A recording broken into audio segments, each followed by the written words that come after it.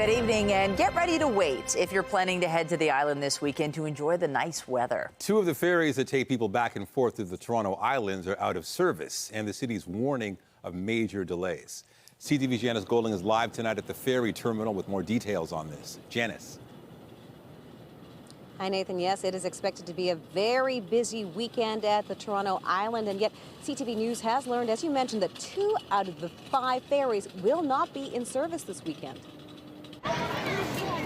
The island is a big draw around this time of year, and it will be busier than ever this weekend with both pleasant weather and the Toronto International Dragon Boat Race Festival taking place Saturday and Sunday. This at a time both the Trillium and the Thomas Rennie are undergoing repairs and are unable to deal with surge demand. Tomorrow is the Dragon Boat races, so the lines will be going out to the street and down a block or two. As long as I think if you're going in the opposite direction of rush hour, it won't be as bad.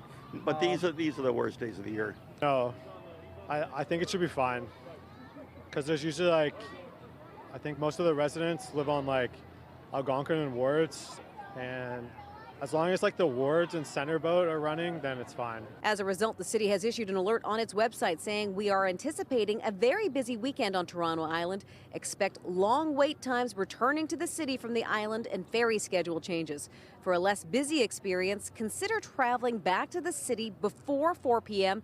using a water taxi or choosing another time to visit Toronto Island. I mean, it's ridiculous. Absurd. We come all the way over here because we're expecting that we're going to have, good, decent amount of ferries here and not having to wait. We have 1 day in Toronto, and we were looking forward to going to this island, I know. And now our dreams are shattered. The city says it has adjusted its trip schedule to increase the frequency of boat visits to the busiest island dock after 6 p.m. to help get people back to the mainland as quickly as possible. Now, the city is encouraging visitors to be patient and to plan ahead, and suggests, if you can, that you travel to the island before 10 a.m. and come back before 4 p.m. Reporting live, I'm Janice Golding. Now back to Michelle and Nathan. All right, thank you, Janice. And you may need to be patient getting around the city as well. From festivals to road work, lots of road closures and some transit changes as well. CTV's John Musselman is live tonight on College Street with all those details. John. Well, Michelle, this is one of the roads that will be closed, a section of it anyway, for the Taste of Little Italy. But there's also, as you mentioned, a lot of festivals, a lot of charity events going on, so people will have to be patient on the roads. It's an annual summer tradition on College Street, the Taste of Little Italy Festival. Local businesses are getting the food prepared for a huge weekend when thousands of people descend on College Street. Every year it gets busier and busier, I feel, which puts more work on me, but I don't mind it, right? So we're just going to keep prepping until we're done. This is my first time in the Little Italy Festival. It's my first festival in this place. I'm so sorry. It's so fun. It's such an amazing way to celebrate this community and the culture. And yeah, it's always wild and usually a nice weather. This year's Taste of Italy Festival has a sports connection. Cafe Diplomatico will be a soccer headquarters for Euro 2024. A tent has been set up to screen some of the key matches, including Team Italy playing a game on Saturday afternoon. We're also going to have a Spaducci tent out front, so you're going to get some Spaducci, arancini. It'll be really nice. It'll be extra busy because Italy plays. The Taste of Italy is just one of a series of events taking place this weekend that will mean road closures and traffic headaches. The Journey to Conquer Cancer will take place Sunday around Queen's Park Crescent between 8 a.m. and 1. Multiple roads will be closed to traffic near Queen's Park. The city says Bloor Street West will be closed Sunday between Avenue Road and Yonge Street for the Yorkville Exotic Car Show. The TTC also has maintenance work scheduled this weekend. There will be no service on the Bloor-Danforth line between Kipling and Islington stations for track work. Shuttle buses will operate. And back at the Taste of Italy, College Street is now closed to all traffic between Shaw and Bathurst Street until early Monday morning. There's also a 10K marathon on Lakeshore Boulevard West. That'll happen on Saturday morning between Windermere and Bathurst. Lakeshore will be closed in that area. So you'll have to consider a slow drive in or use public transit. Reporting live, I'm John Musselman. I'll send it back to you. Thank you, John. Wow, sure is a busy weekend in the city. And by the way, if you are taking transit, Go Transit's Lakeshore West Line this weekend, there are some major service adjustments starting late tonight. Trains will only run once an hour between Union and Oakville Go. Riders can transfer to replacement buses, to West Harbor Go, and trains to Niagara at Aldershot. There will be no Go Transit services at Appleby or Bronte Go stations. And as summer-like temperatures return to the region, 10 of Toronto's outdoor pools open for the season tomorrow, as well as 10 waiting pools. They'll be available evenings and weekends only until all pools open June 28th. You can find a full list of which locations are part of the first phase on the city's website. And with that, let's take a live look outside, talk about the weekend weather forecast. The water looks good, lots of sunshine, warm weather expected. Father's Day, Sunday, don't forget. Great time to be out and about. Jessica Smith is here with a look at the current conditions. Hey, Jess. Oh, wow. Whee! You know what? That's how good the weather is, that you need multiple versions of me. We are looking at a fantastic forecast as we head throughout the rest of our day today, our Saturday and our Sunday. There are Rib Fest, Street Fest, the Little Italy Festival. There's so much happening. So I gave you guys a fantastic forecast. I can't take full credit, but I will deliver the good news. Temperature-wise, we're in the mid-20s still as we step in towards the end of our day, and it is quite a pleasant, very seasonal end to the week after a bit of a spicy end to our day yesterday. Over towards the islands through Pearson, it's not too bad, but tonight we're sitting very, very seasonal, so it will be comfortable. Coming up, your full forecast right now. Back to Michelle. Thank you, Jess. We're learning more tonight about the charges filed against Canadian business icon Frank Stronach. Stronach was charged with a number of sexual offenses dating back decades. CTV's Sean Leathong is live tonight with all the details. Sean. Well, Nathan and Michelle, it was stunning when we found out that Frank Stronach had been arrested and charged just 1 week ago. We knew there were 5 charges. We're learning there are 3 victims, and the first alleged encounter happening almost 44 years ago. Court documents obtained by CTV News outline the charges against Canadian billionaire and philanthropist Frank Stronach, alleging assaults from July 1980, February 1986, and April of 2023. The charges Stronach is facing: rape, indecent assault on a female, 2 counts of sexual assault, and forcible confinement. The documents including vague details when referring to the charge dating back to 1980. It's alleged that Stronach did have sexual intercourse with a name we're not identifying, a female person who was not his wife, without her consent. Charges were filed in Peel Region with appearances set for Ontario Court of Justice in Brampton. The court documents alleging that the incidents occurred in or around the city of Toronto or the province of Ontario and in Aurora. We asked Peel Police why the case has been brought in Peel rather than Toronto or York Region, but our request for comment was not answered. Stronach is best known as the founder of Aurora-based auto parts maker Magna International. His arrest on June 8th made international headlines with a statement coming from his lawyer Brian Greenspan saying, Mr. Stronach categorically denies allegations of impropriety which have been brought against him. He looks forward to the opportunity to fully respond to the charges and maintain his legacy both as a philanthropist and as an icon of the Canadian business community. In the aftermath, Stronach's former company, Magna International, released a statement creating distance. We have recently been made aware of the charges filed against Frank Stronach. Magna has no knowledge of the investigation or the allegations that have been raised beyond what's been reported in the media. Mr. Stronach has had no affiliation with Magna since relinquishing control in 2010. For now, this is an ongoing legal matter. We cannot provide any further comment. Stronach was released on his own recognizance, with bail conditions being no contact with the 3 alleged victims, and he was to surrender his passport to Peel Police. And Stronach's next court appearance is here on July 8th, and it's expected to be in person. Reporting live, I'm Sean Leathong. Nathan, I'll send it back to you. Thank you, Sean. The cost of moving the Ontario Science Centre has been questioned. Now we're learning just how much it costs to make the case for such a move. That story just ahead. A member of the public and a firefighter have been taken to hospital after a large fire broke out in Leaside this afternoon. The fire was called in a bit after noon at a building on Commercial Road near Eglinton and Laird. Toronto fire crews encountered heavy flames upon arrival, and the response was quickly escalated to a 2-alarm and then a 3-alarm call. Everyone inside was accounted for, although 1 patient was hospitalized for minor injuries.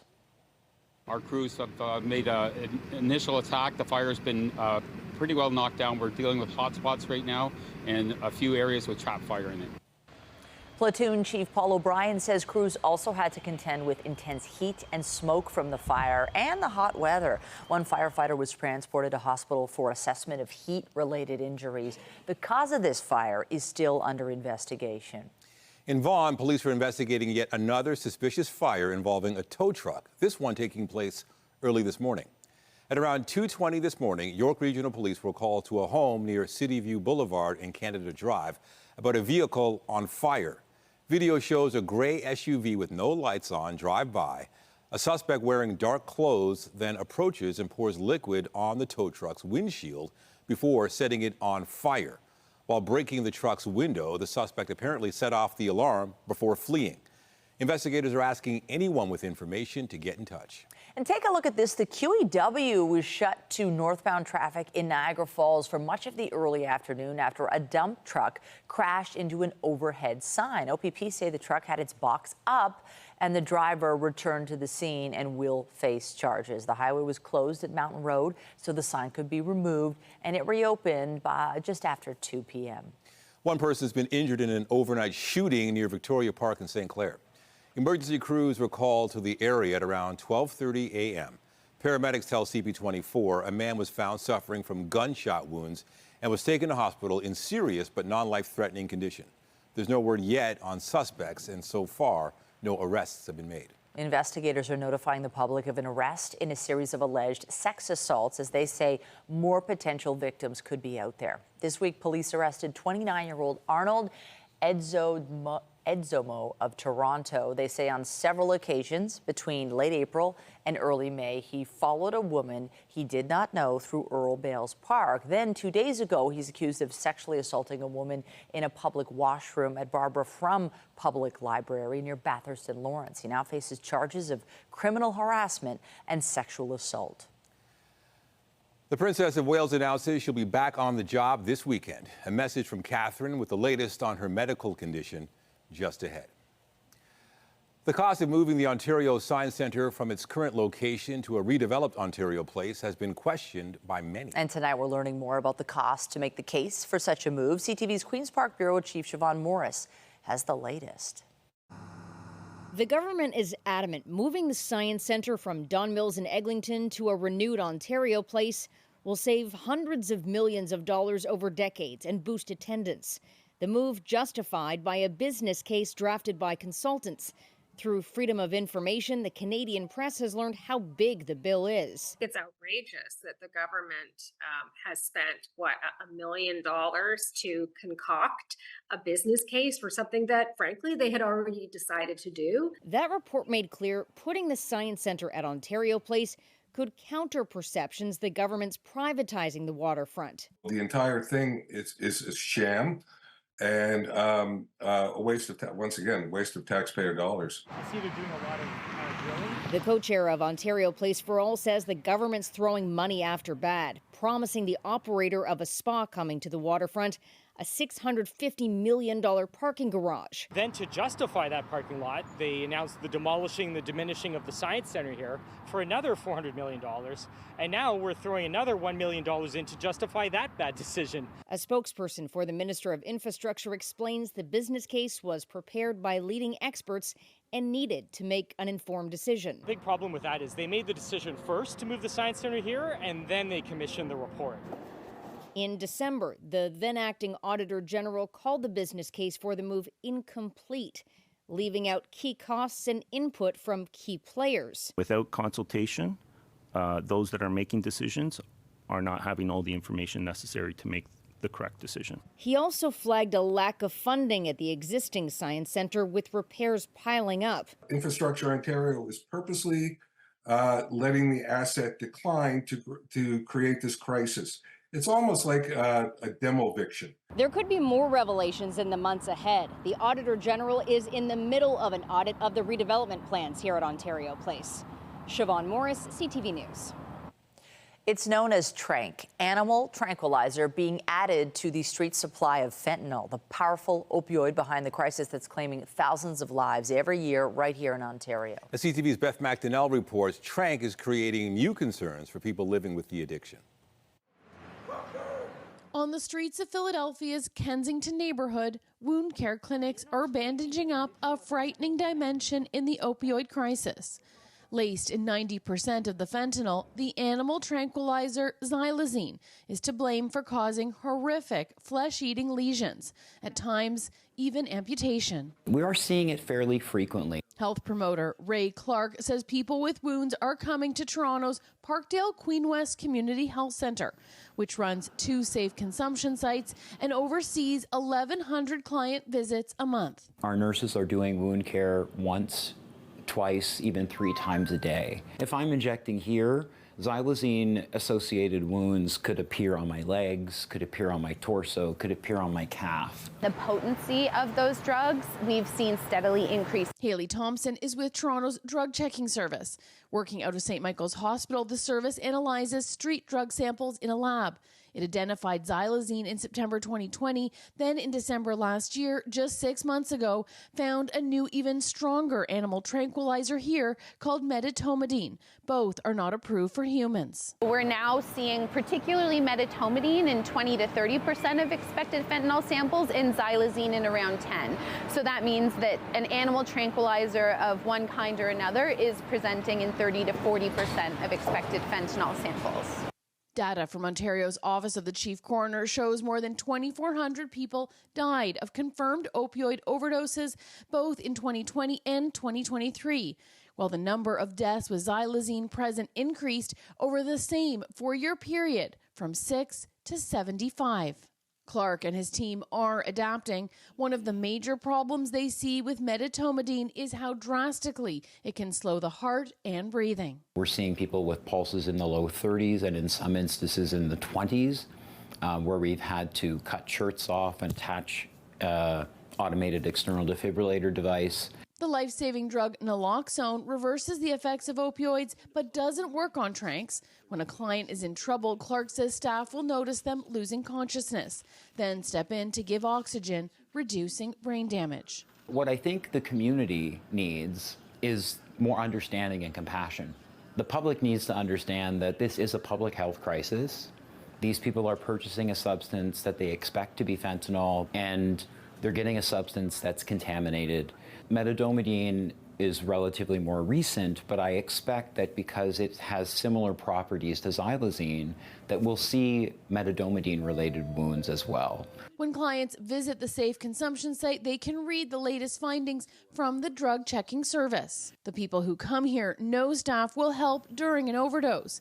But Thompson says the toxic substances in fentanyl keep changing, and stronger policy from leaders is desperately needed. Whether that be we go the route of regulation like we have done with alcohol and cannabis, or whether we go to a medicalized model like you could say Safer Supply has gone. She says while safe consumption sites and drug checking are there to support people, it's not enough. Beth McDonnell, CTV News. Advanced polls are now underway in a federal by-election in Toronto that's being watched closely right across the country. Day one of the early vote continues until 9 p.m. in Toronto St. Paul's. The Midtown riding was held by Liberal Carolyn Bennett for 26 years before she stepped down to become Canada's ambassador to Denmark. A record 84 candidates are on the ballot, but political analysts will be focusing on whether the Trudeau Liberals are able to hold the seat or whether the opposition is able to pull off an upset. Early voting continues through Monday, and eligible voters have until 6 p.m. Tuesday to apply to cast their ballot by mail. Election Day is June 24th. For more details, you can head to elections.ca.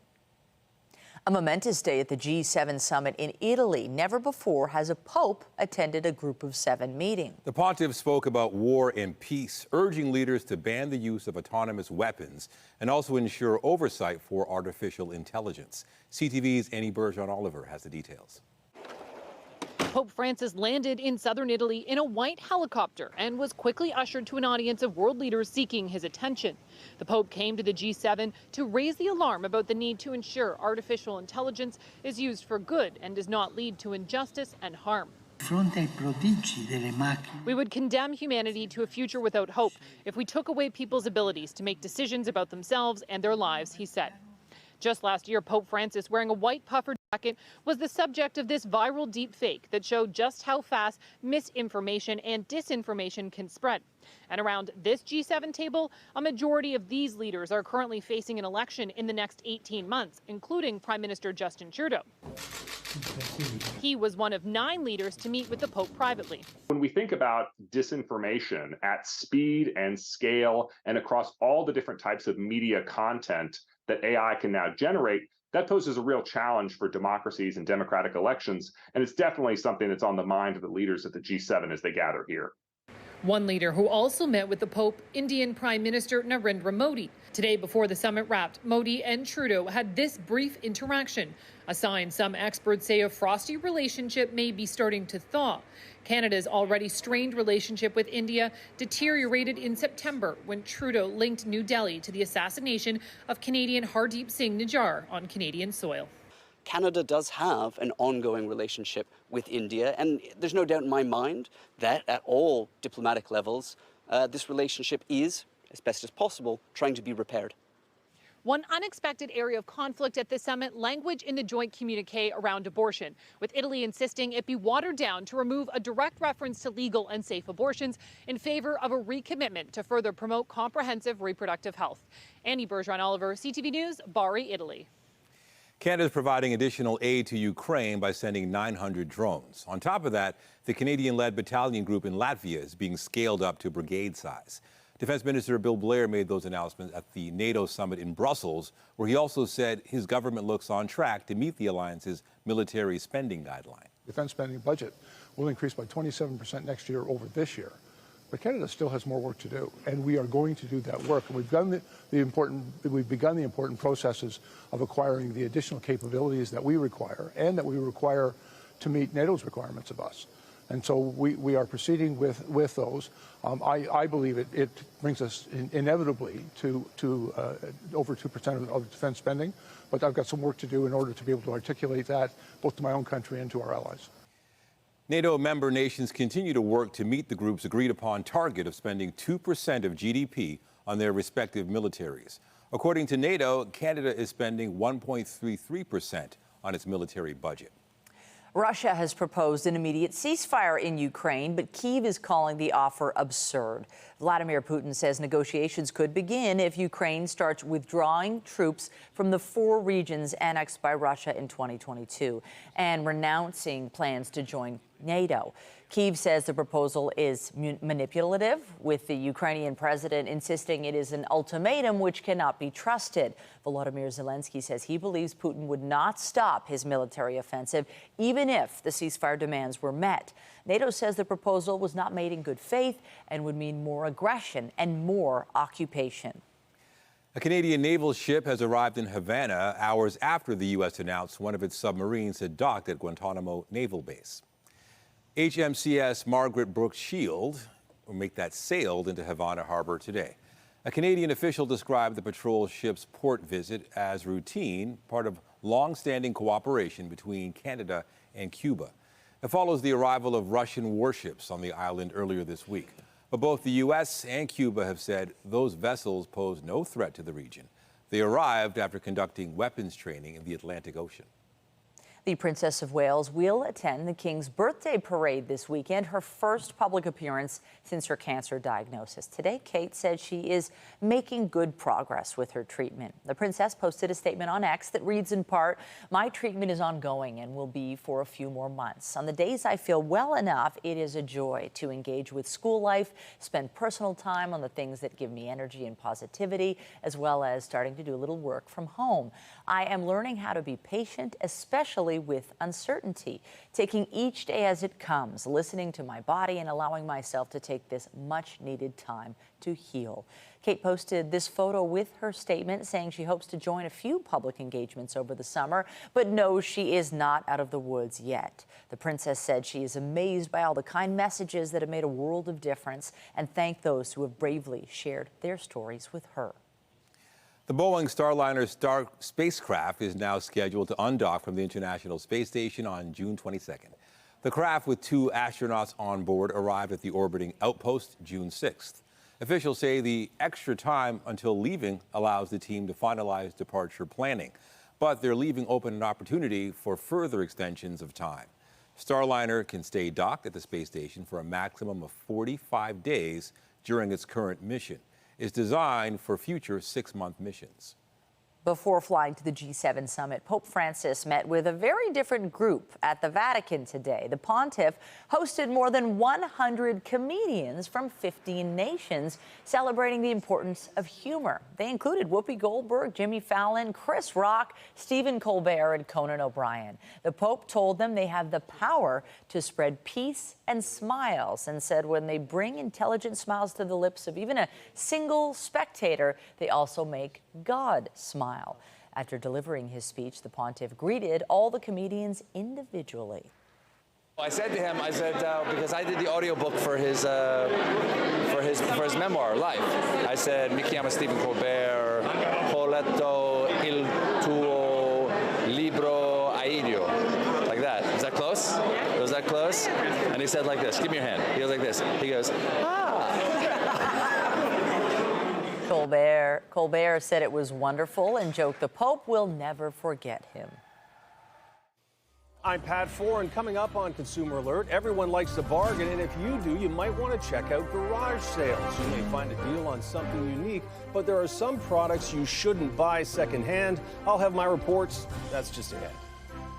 And we have a beautiful weekend, so if you're heading out to any number of the street and food festivals taking place this weekend, it will be fantastic to get out and enjoy it. But we do have a really high UV index, so take the necessary precautions to get out and enjoy it. Coming up, I'll have your full forecast. And stay with us. We have another full night of great shows for you right here on CTV.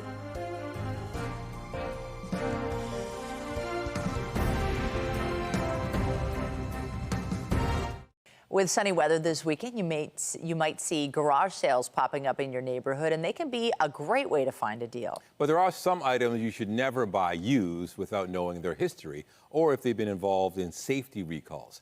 Here's Pat Foran and Consumer Alert. Garage sales can be a great way to find collectible items and tools and toys that may still have some life left in them, but secondhand goods are not always a deal, especially when it comes to baby items. With nice weather also comes yard sales. You'll find old records and books, kids' clothing, and antiques. But Consumer Reports says not everything is as good a deal as it seems. Take battery-powered lawn tools. The product should come with the charger, extra batteries, and the manual if the seller still has it. The most important thing you want to know is the age of the tool. And if you have kids, you know garage sales can be a great way to get what you need without breaking the bank. But you still have to be careful the gear you get for your baby is safe. While it's illegal to sell recalled products, including on the secondhand market, people might not be aware of the law or may not even realize that the product they're selling has been recalled. And it's not uncommon to find recalled infant sleepers and other products. Cribs with drop-down sides are another dangerous item to never buy. These have been linked to dozens of infant deaths and were banned in 2011. Even parents planning on using newer cribs still need to be careful. Sometimes a used crib may be passed on to you disassembled. You won't know if it's missing any hardware unless you have the assembly instructions. Used car seats are also problematic. Buying used car seats is not a good idea because you won't reliably know a lot about the seat. And be careful about buying old used toys. The safest battery compartments have a screw. And used bike helmets are another item that may seem like a great deal, but older models may not meet current safety guidelines. And while a helmet may not appear damaged, if it's been in a crash, it should not be used again. On your side, I'm Pat Foran. If you have a consumer story idea, email us at alert@ctv.ca. Well, there is a lot happening this weekend. You saw in John Musselman's report earlier. You reminded me it's Father's Day on the weekend. Right. I get to see my dad. You're going to see your dad. You're seeing your dad, too. Yes, hi, Carlton. I'm going to see you this weekend. Hi, Claude. And it's nice when the weather cooperates It is. in this I got to way. give a shout out to my dad, Howard. He's coming back from Jamaica today. He doesn't know this, but we made plans for him to go to Rib Fest on Sunday. Hopefully he says yes. But yeah, there's lots to do this weekend.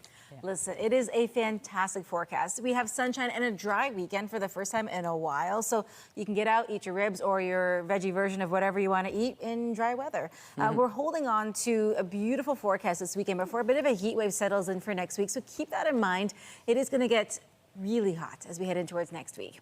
Weather is brought to you by Train, the most reliable heating and cooling brand. It's hard to stop a train. Now, temperature-wise, it isn't too shabby out there. This is from the Pickering Rib Fest. Folks getting out, enjoying, really loving it. But for anybody who wants to get out this weekend, no matter what it is, there are festivals, street festivals, rib fests. You can get veggie dogs, regular dogs, all the dogs. It's going to be so nice to spend some time outside and enjoy it. But this is your gentle reminder that you're going to need some sun protection and hydration because the UV index is very high. So this kid's got the right idea. We'll take a look at our temperature map. It is gorgeous out there. We have a light breeze. We're right around seasonal, and it is going to be so nice as we step into the rest of our weekend. We're looking at 13 tonight, so very seasonal for us. A little cooler, though. We do have some single-digit lows towards Peterborough, through Bancroft, Parry Sound, Owen Sound, and Goderich. Bancroft, just 4 degrees tonight. They're a little bit fresh, but into the day tomorrow, everybody rebounds really nicely, and we'll sit kind of in the low 20s, so we're just shy of seasonal. That big cold front that brought all that spicy weather yesterday has pushed its way a little further east, now prompting some active weather in Atlantic Canada. Behind it, a little cooler air left over, but we are kind of bookended by 2 areas of high pressure, keeping us sunny and warm and nice to get out and do any of the laundry list of adventures we have. Throughout the day tomorrow, not really much in the way of any cloud cover, any active weather. It makes my job very easy when it comes to talking about what's happening. Getting into Sunday, much of the same. We do have a little cloud cover in the morning on Sunday. That pushes out and we make for a beautiful end of the day. We do have a few light showers making their way through overnight, but clears out as we head in towards our Monday morning. The next story I want to talk about is the heat. So we're very seasonal this weekend, but we're seeing a big ridge in the jet stream and that really warm air. When you start seeing those deep reds, that's when you know it's going to be pretty hot outside. And we're looking at temperatures into the 30s as we step in towards next week. So enjoy this weekend for a number of reasons, but also because it won't make you sweat immediately when you walk outside.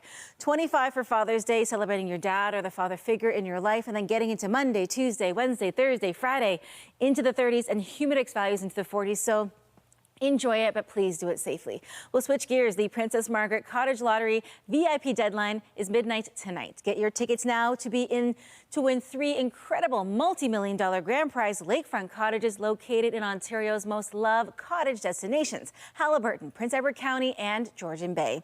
These cottages come with a cool $50,000 cash, are all lakefront and fully furnished and ready for you to move in. Plus, there are more than 8,700 exciting prizes that will sizzle you into your summer.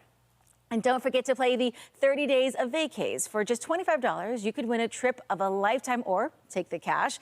Play the 50-50 and you could be walking away with a big cash prize already over $2 million and growing fast. The winner takes half. Every ticket helps fund life-saving cancer research at the Princess Margaret. Get your tickets at princessmargaretlotto.com or by calling 1-866-631-1234. Nathan. Thank you, Jess. Also tonight, do you know the signs of a stroke? Turns out Ontarians aren't as well versed as the rest of the country.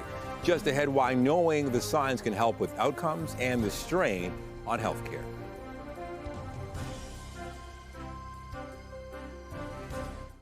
In Canada, stroke is one of the most expensive causes of acute care, costing the Canadian economy $3.6 billion a year. And as our health reporter Pauline Chan tells us, Ontario has been slipping in its ability to recognize stroke symptoms.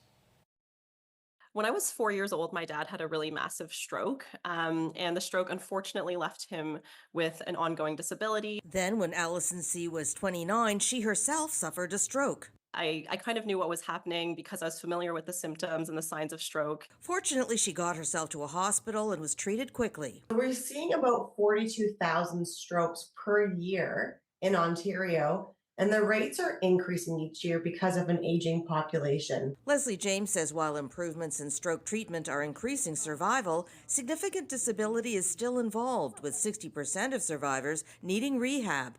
And a recent survey shows people in Ontario are the least familiar with stroke symptoms in the country. Only 13% know the 3 main symptoms. Raise your arms up in the air for me. FAST is the acronym used to see if someone is having a stroke. So F stands for face. Is it drooping?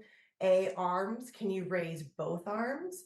S is for speech. Is it slurred or jumbled? And if you see any of those signs, there's a chance that someone's having a stroke. It is time to call 911 right away. C says knowing the symptoms allowed her to get speedy treatment with no lingering disability. And every minute counts. About 2 million brain cells die every minute during a stroke. And depending on what kind of stroke you're having, fast treatment can restore circulation to the brain. It's a clot-busting drug, and it can actually reverse the effects of the stroke. It can reverse brain damage. The Heart and Stroke Foundation is also asking for government funding to be restored for public education, something that was cut off several years ago. Our healthcare system is overburdened right now, but having more of the population understand the signs of stroke and know to call 911 will make the system run more efficiently. Pauline Chan, CTV News. The Ministry of Natural Resources and Forestry is launching its annual Rabies bait drop next week. These edible baits will be placed in green spaces and other animal habitats. They're made of wax fat and smell like marshmallow to attract raccoons, skunks, and other wildlife. But they have the liquid vaccine inside. The province says they'll be distributed by hand in urban areas of Hamilton, Halton, Niagara, and Haldimand starting Monday. They won't be placed near dog parks, schools, playgrounds, or anywhere else. Children are likely to be present, but officials say they're rarely harmful to humans or pets if consumed by mistake. 6 years after his death, a series of graphic novels by Anthony Bourdain is set to get a TV adaptation. Warner Brothers Discovery shared the news today as part of a series of announcements at an animation festival. Back in 2012, Bourdain published his first graphic novel in the Get Jiro franchise. It tells the story of a revenge-focused sushi chef in a future version of Los Angeles. The New York Times best-selling series will be turned into an animated half-hour-long show. After releasing the final episodes of Season 3 of Bridgerton, Netflix is highlighting the economic impact the series has had across the pond. Who needs fresh air when there is fresh gossip? The streaming service says production of the Shonda Rhimes-produced series, which also includes the spin-off Queen Charlotte, has added more than £250 million to the UK economy since December 2020. That's around 435 million Canadian dollars. It's also prompted more tourism to the cities of Bath and Bristol, where the historical romance is set. After the break, the UEFA European Championship kicked off today. We have highlights of the opening match between host country Germany and Scotland. Stay with us. Hoist the anchor. Boat sharing is opening up the waters to new enthusiasts, and our Gia Lee will be on the water and giving you some tips on getting started. CP24 Breakfast, where Toronto gets its everything every morning. I think if you're going in the opposite direction of rush hour, it won't be as bad. But these are the worst days of the year. Updating our top stories, the City of Toronto is advising people who might be considering traveling to the Toronto Island this weekend to think about going some other time. 2 of the ferries used to transport people are out of service, and wait times for ferry service are expected to be long. Every year it gets busier and busier, I feel, which puts more work on me, but I don't mind it, right? So we're just gonna keep prepping until we're done. A weekend full of events like the Taste of Italy Festival will lead to a number of road closures in the city. Add to that TTC and road work, and it could be slow going for some trying to get around downtown. It's outrageous that the government has spent, $1 million to concoct a business case for something that, frankly, they had already decided to do. The costs of moving the Science Centre to revitalized Ontario Place have been called into question, but tonight we're learning more about the cost of just making the case to do so. Documents show the government spent nearly $1 million on consultants to make the case for such a move. And remember to keep up to date day and night through our website, ctvnewstoronto.ca, and by downloading the CTV News app. And if you have a news tip, photos, or video of breaking news, let us know. This was a good week for Apple investors. Andrew Balabian of Bloomberg brings us the latest in business. Hello there. Apple shares jumped 8% this week, hitting new record highs as the market gains confidence that the iPhone seller finally has a roadmap for using artificial intelligence. Bulls on the stock hope that new iPhone AI features, including a pact with OpenAI to integrate the chatbot ChatGPT, will spur a massive upgrade cycle among users who have so far been holding on to older devices. On Thursday, Apple once again overtook Microsoft as the biggest company by market capitalization. On the markets, the Canadian dollar changed hands at 72.83 US cents, up a fraction. WTI oil was at $78.05, down 21 cents. Western Canadian Select oil traded at $64.32, down 33 cents. And the TSX Composite finished at 21,639.1, down just over 59 points. That's the latest in business. I'm Andrew Bell of BNN Bloomberg. The Business Report is brought to you by Canadian Western Bank, the bank built for business. There was a sizable increase in the number of Canadians buying zero-emissions vehicles to start off 2024. According to Stats Canada, nearly 47,000 of those vehicles were registered in the first quarter.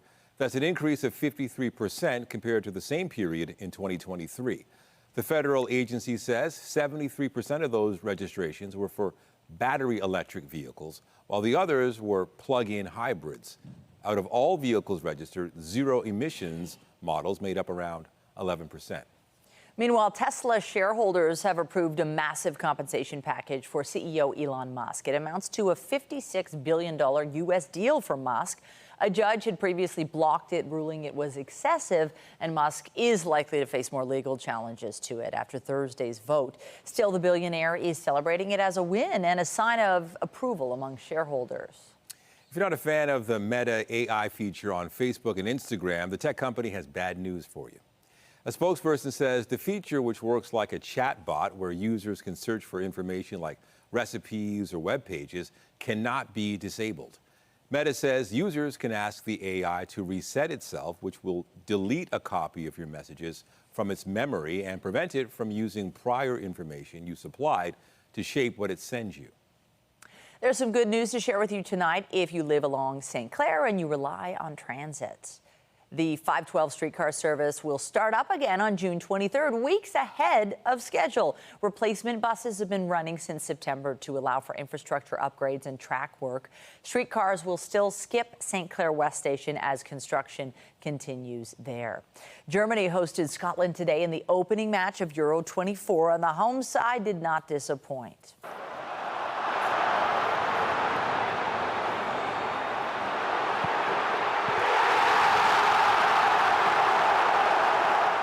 The hosts won this afternoon's match in Berlin 5-1. Germany is hoping for a strong performance at the tournament after bowing out at the group stage of both previous World Cups and being ousted in the round of 16 at Euro 2020. Scotland is looking to reach the knockout stage at the European Championships for the first time. The Edmonton Oilers are on the brink of elimination. Florida will be going for the sweep tomorrow night, looking for its first Stanley Cup win in franchise history. We're trying to figure them out. Obviously, we haven't beat them in 3 games, and we've had stretches of good, we've had stretches of bad. Yeah, we're trying to figure them out. Edmonton lost 4-3 last night. The Panthers pounced on turnovers and managed to hold off a late charge by the Oilers to win Game 3. And that's despite being outshot 35-22 in the game. Meanwhile, the Boston Celtics can win a record-setting 18th NBA championship tonight. Brown goes up top to Tatum. Tatum lines up, three-pointer's good. Boston is also going for the sweep. The Celtics have outscored Dallas by 32 points in the series and held the Mavs under 100 points in each of the first 3 games. No team in NBA history has overturned a 3-0 playoff series deficit. Tip-off is at 8. Tonight, a glimpse into our aviation future. They're much quieter. There's no emissions. Long term, we hope that they're cheaper to operate. Canada's first commercial flight aboard an electric aircraft. Later on CTV National News. And a reminder, the CTV News at 6 podcast is available as a download every weeknight. And a special shout out to those of you listening to the newscast live on News Talk 1010. Get Toronto's top stories, breaking news alerts, and watch live. Download the CTV News app. Starting later this month, Spadina streetcars will be replaced by buses until December, and those plans are bringing back a musical memory for some people.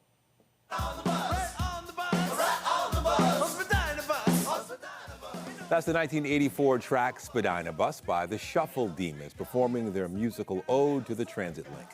A user on X suggested the TTC invite the band to perform Spadina Bus on a Spadina bus when they hit the road again. The transit agency nixed the idea, citing service impacts. The Shuffle Demons said they understand, adding riders are most important. Maybe reconsider. I actually remember that jam back in the day. I think they should fun. Reconsider. Why not? You gotta have a little fun. I mean, I'll be one of those people waiting for the bus. So yeah, there's music. It makes it even easier. Oh, you go ahead. I was thinking it'll be easier this weekend because we've got nice weather. At least you won't be sitting in the rain. And people, it sounds like, will be waiting a lot because there's a lot going on in this city, a lot of disruptions. As you wait, put on your sunscreen. Hydrate. It's going to be a beautiful weekend. We don't have a ton of crazy heat this weekend, but it changes significantly as we head in towards next week. So I guess enjoy this calm before the heat. As we step through the rest of our evening, though, it is going to be quite beautiful out there. Very seasonal. Not a lot going on in the way of any active weather. High pressure holding firm. We're kind of in that low to mid 20 range, so comfortable to be outside. Obviously, no layers needed.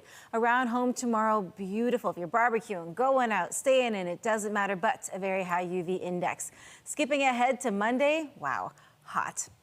You're looking at humidex values into the 40s, so get out, enjoy it, but do it safely, friends. I'll send it back to you guys. Thank you, Jess. That's it for us, but be sure to join Heather Butts tonight at 11 for CTV National News, followed by Zoraida Allman with our next local newscast at 11:30. In the meantime, our coverage continues anytime on CP24 and online at ctvnewstoronto.ca. For Jessica Smith, bringing the sunshine this weekend, and all the rest of us at CTV News, thank you for watching and have a great night.